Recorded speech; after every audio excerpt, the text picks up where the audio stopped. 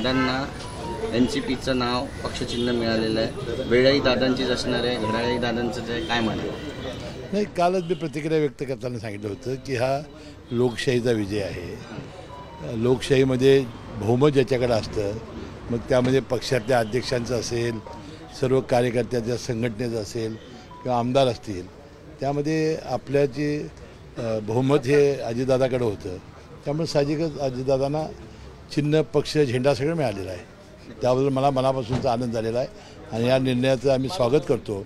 हा लोकशाहीचा विजय आहे। पण सर्वोच्च न्यायालयामध्ये जाणार असल्याचं म्हटलेलं आहे शरद पवार। काल याबद्दल दादांनी सुद्धा प्रतिक्रिया व्यक्त केली की आमच्या विरोधी झाला असता आम्ही सर्वोच्च न्यायालयात गेलो असतो। सर्वोच्च न्यायालयामध्ये आता ते जात आहेत।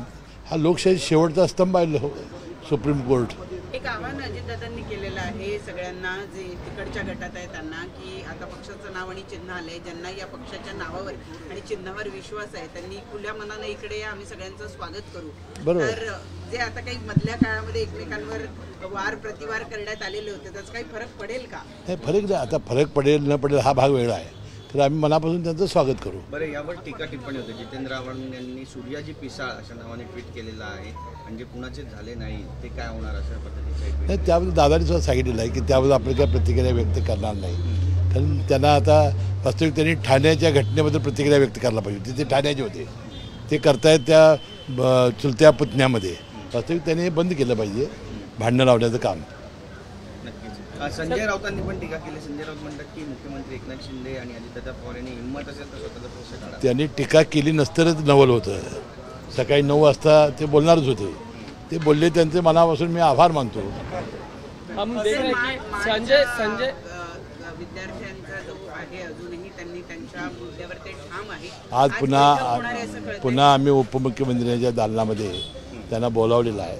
त्यांचे 2 इश्यू आहेत। काल मी बोललो होतो की त्यांचा जे विद्यावेतन आहे ते महिन्याला मिळावं, बाहेरच्या राज्यापेक्षा कमी आपल्या राज्यात आहे त्याची वाढ करावी, आणि दुसरं त्याची हॉस्टेलची जी अडचण आहे त्या 2 गोष्टीमध्ये आज पुन्हा आम्ही बैठक घेणार आहोत आणि मला वाटतं आम्ही समाधान करण्याचा प्रयत्न करू।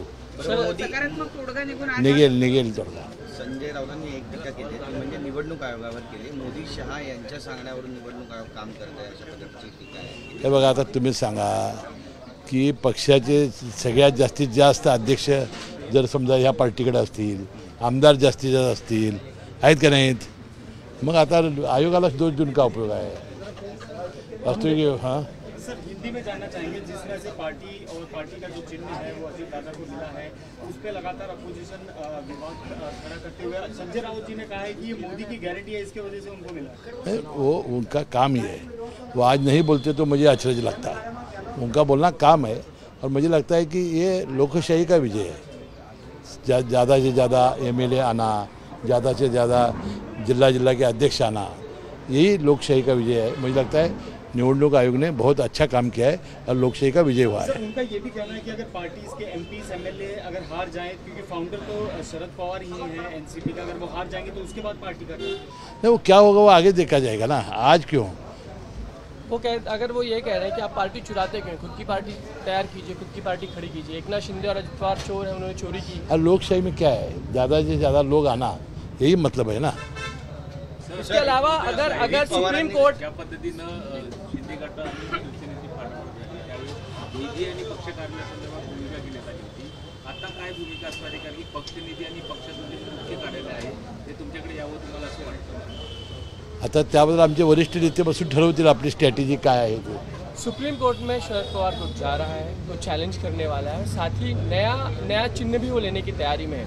लगता है शरद पवार की पॉलिटिक्स को आज आप लोगों ने बहुत करीब से जाना है, उनके साथ आप तैयार हुए हैं, ऐसे में बहुत बड़ी चुनौती आपको आने वाले समय में उनसे मिल सकती है। नहीं, अभी तो निवडणूक आयोग ने बोला है उनको 3 बजे तक के उनको अल्टरनेटिव दिया है, उनको करना ही है। कोई तो उनको सिग्नल लेना है, और जो साइन नहीं लेंगे तो पार्टी कैसा चलेगी?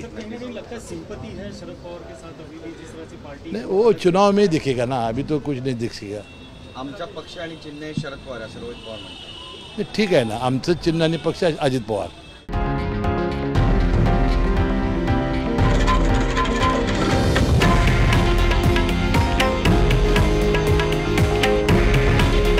हे आहे देशातील नंबर 1 न्यूज नेटवर्क आणि आपण पाहत आहात TV9 मराठी।